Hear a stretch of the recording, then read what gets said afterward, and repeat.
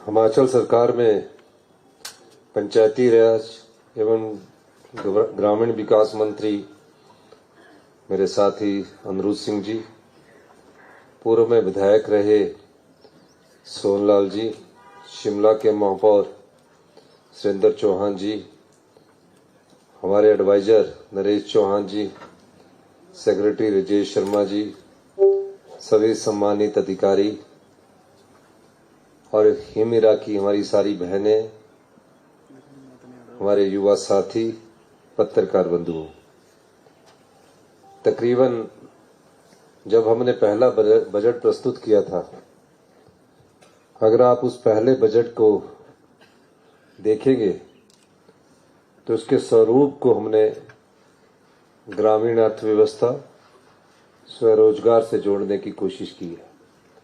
Budget बहुत कम लोग देखते हैं और जब मैं बजट ये प्रस्तुत कर रहा था तो अधिकारी ने कहा कि इस प्रकार का बजट पहली बार प्रस्तुत किया जा रहा है।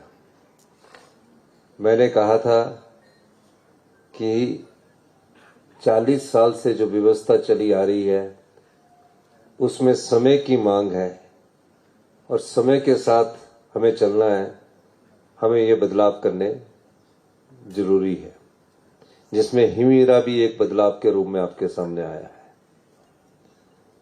कई बदलाव हुए, कई चीजें धरातल पर आई। हिमाचल का जो प्राकृतिक सौंदर्य है, हमने उस आधार पर नीतियों को बनाना शुरू किया। हमारी जो संस्कृति है, उस आधार पर हम आगे कौन सी योजना लेकर आएंगे, इस पर हमने अपनी नीतियों को बनाया। और आज हिमिरा का जो ई-कॉमर्स प्लेटफॉर्म लॉन्च किया गया है, ये इस दिशा में बढ़ता हुआ एक कदम है। धीरे धीरे इसको कैसे आगे बढ़ाना है, उसमें माननीय ग्रामीण विकास मंत्री जी ने काफी सुझाव दिए हैं। उसमें बदलाव किया जाएगा और उसको स्वरोजगार से जोड़कर महिलाओं को कैसे सशक्त करना है।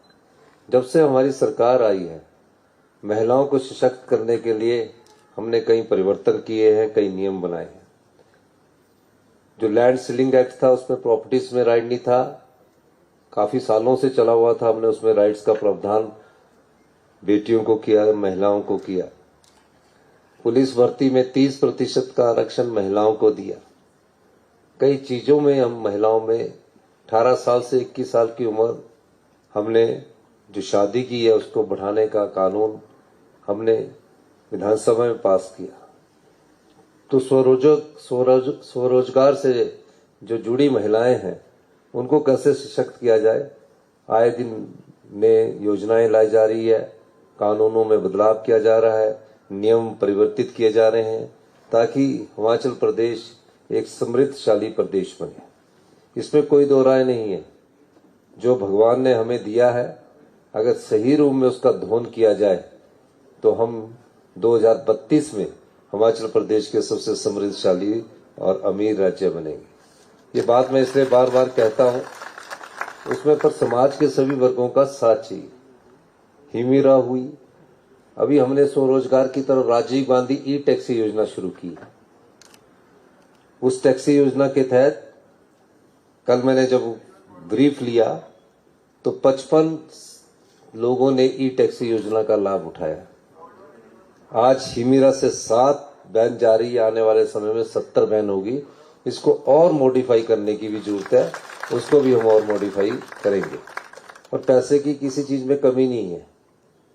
मैं कुछ और बात आपको ये भी बताना चाहता हूं कि हमारी संपदा का 70% कुछ ही लोगों के हाथ में रहता है। हम गांव में बसने वाले लोग हैं, 80% लोग, हमारी आबादी ग्रामीण क्षेत्रों में रहती है और हम ग्रामीण अर्थव्यवस्था को मजबूत करने के लिए कोशिश कर रहे हैं। ग्रामीण अर्थव्यवस्था में कैसे महिलाओं के और पुरुष के हाथ में पैसा है। आपने देखा कि मनरेगा की दिहाड़ी कभी किसी ने नहीं सोचा था। 60 रुपए की बढ़ोतरी हमारे द्वारा मनरेगा की दिहाड़ी में की गई है। यानी कि आज आप मनरेगा की 350 रुपए की 300 रुपए के करीब दिहाड़ी ले रहे हैं।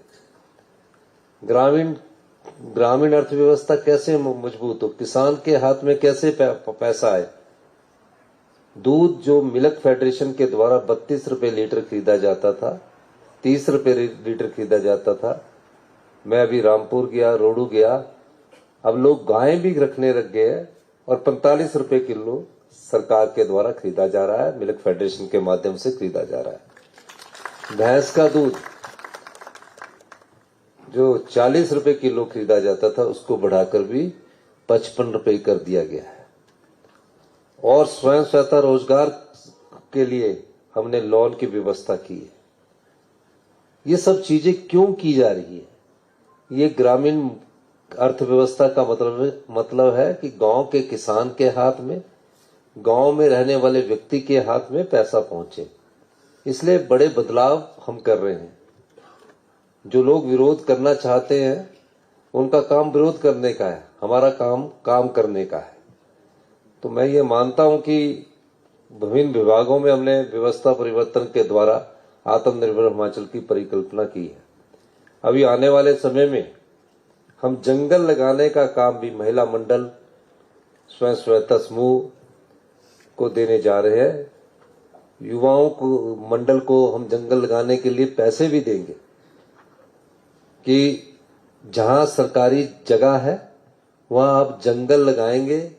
अभी तो फॉरेस्ट गार्ड लगाता है, हमारे से भी एक पौधा लगा दिया जाता है कि ये ट्री प्लांटेशन का कार्यक्रम शुरू किया गया है।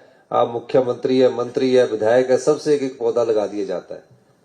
हमने उसमें भी परिवर्तन किया कि गांव में जहां भी खाली जगह है, जहां भी खाली स्थान है, उस महिला मंडल को उसकी ट्री प्लांटेशन करने की और सर्वाइवल के लिए भी हमने पैसा रखा। और जब तक वो बड़ा नहीं हो जाता तब तक उसको हम महिला मंडलों को पैसा देंगे।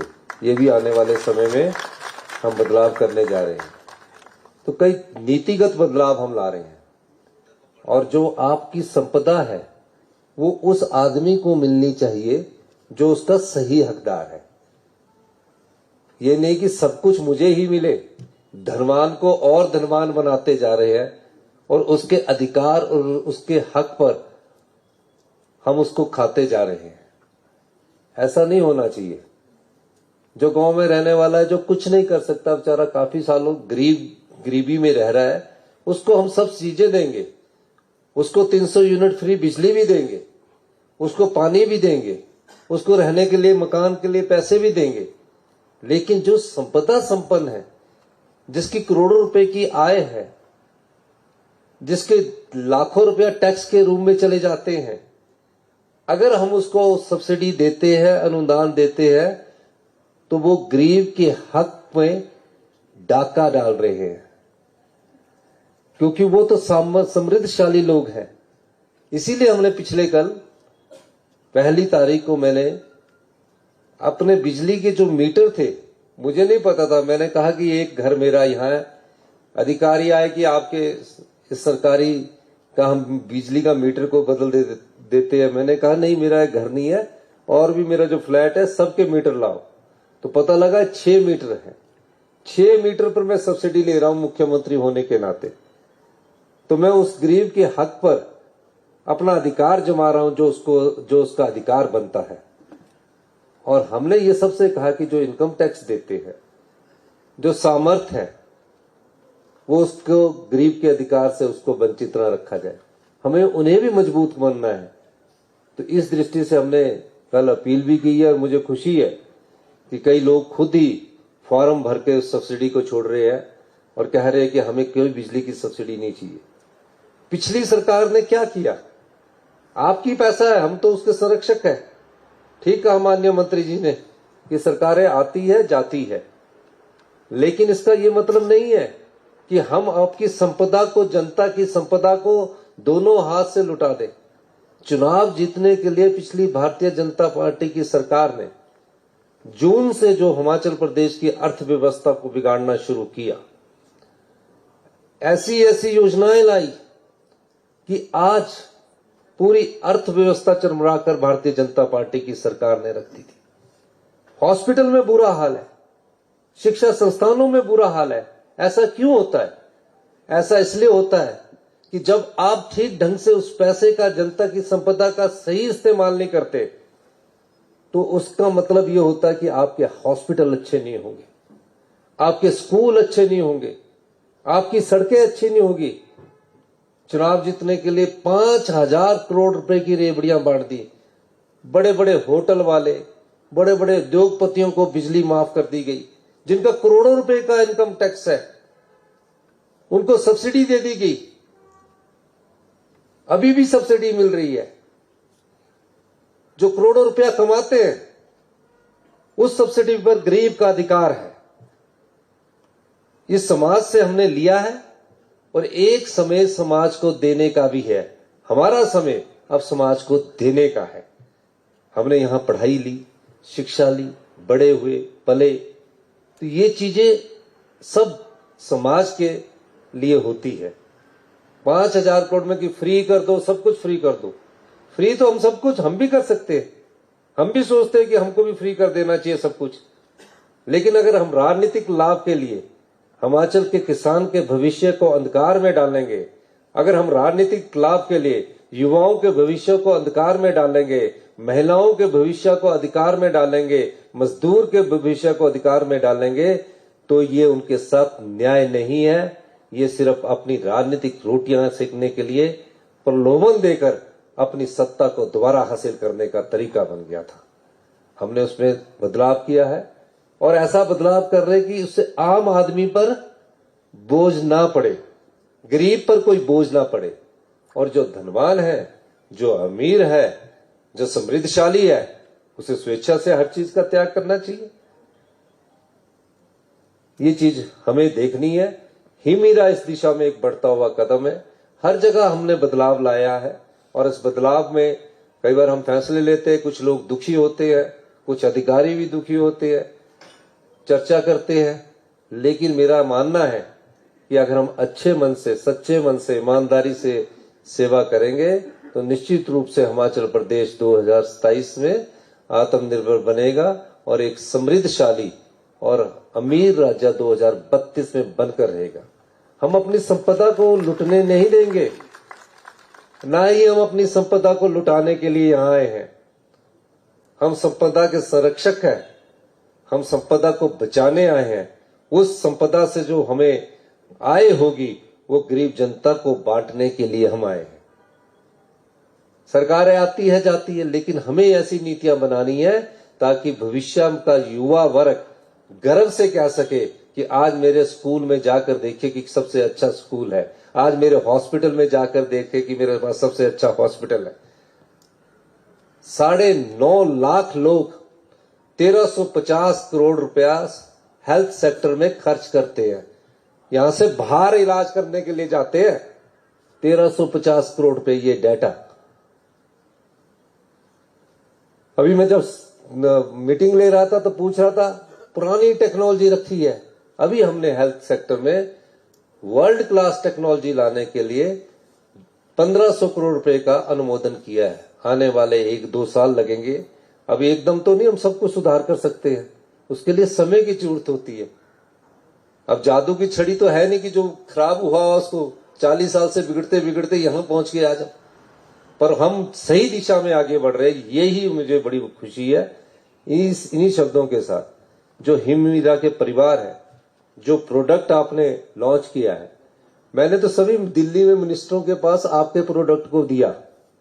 दीपावली वाले दिन हिमीरा के सारे प्रेसिडेंट, प्राइम मिनिस्टर, सभी मिनिस्टर्स को हिमीरा का प्रोडक्ट दिया।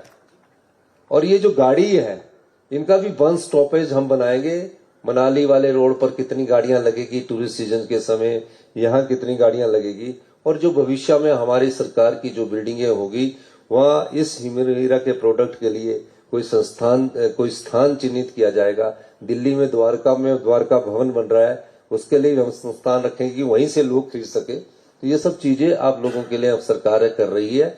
और हिमीरा का वेबसाइट लॉन्च करना, ये एक बड़ी विशेषता ये है कि एक बार इस चीज की आदत लगाने की जरूरत है, और आदत तभी लग सकती है जब इसकी क्वालिटी होगी। हम अपने पहाड़ को तभी बेच सकते हैं जब इसकी क्वालिटी होगी। और क्वालिटी को इंश्योर करना आप लोगों का काम है। और इसमें एक्सपायरी डेट भी हो, वो बड़े अक्षरों में लिखी हो, ताकि जो खरीदे वो उसको पढ़े तो ये सोचे कि यहां लोगों की मंशा अच्छी है कि पहले एक्सपायरी डेट नजर आ रही है, तो भी प्रोडक्ट बिकता है। मार्केटिंग के तरीके है ये। और धीरे धीरे ये नहीं कि मेरे को ज्यादा पैसा आ रहा तो एक डब्बे की जगह 2 ही बना दिया। इसलिए आपने ध्यान रखना है, क्वालिटी अगर आप मेंटेन करेंगे तो ये आपको बहुत लाभ पहुंचाएगा। मैं ग्रामीण विकास मंत्री उनके अधिकारियों को बहुत बहुत शुभकामनाएं देता हूं कि एक नई सोच के साथ आपने हीमीरा को लॉन्च किया है और ये सफलता की नई ऊंचाइयां छुएगी, इसमें कोई दो राय नहीं है। लेकिन थोड़ा समय लगेगा, मेहनत करना हमारा दायित्व है और जब मेहनत करते हैं तो भगवान भी फल देता है। यही मैं कहना चाहता हूं आपके इस हीमीरा के अवसर पर, वेबसाइट लॉन्च के अवसर पर। और जो प्रोडक्ट है ऐसे सुंदर लग रहे हैं तो आदमी टूरिस्ट तो वैसे खरीद के ले जाएगा। और प्रोडक्ट अच्छे भी है, चुल्ली का तेल बहुत अच्छा है, अखरोट का तेल बहुत अच्छा है, गाय का घी बहुत अच्छा है, बाकी हल्दी भी लोकल हल्दी है। तो ये सब क्वालिटी के फूड है। आजकल मिलावटी चीजों से हीमीरा अपनी क्वालिटी पर रखेगा तो पूरे हिंदुस्तान में इसके प्रोडक्ट धीरे धीरे धड़ाधड़ बिकेंगे। आपको सबको बहुत बहुत शुभकामनाएं। धन्यवाद। जय हिंद, जय हिमाचल।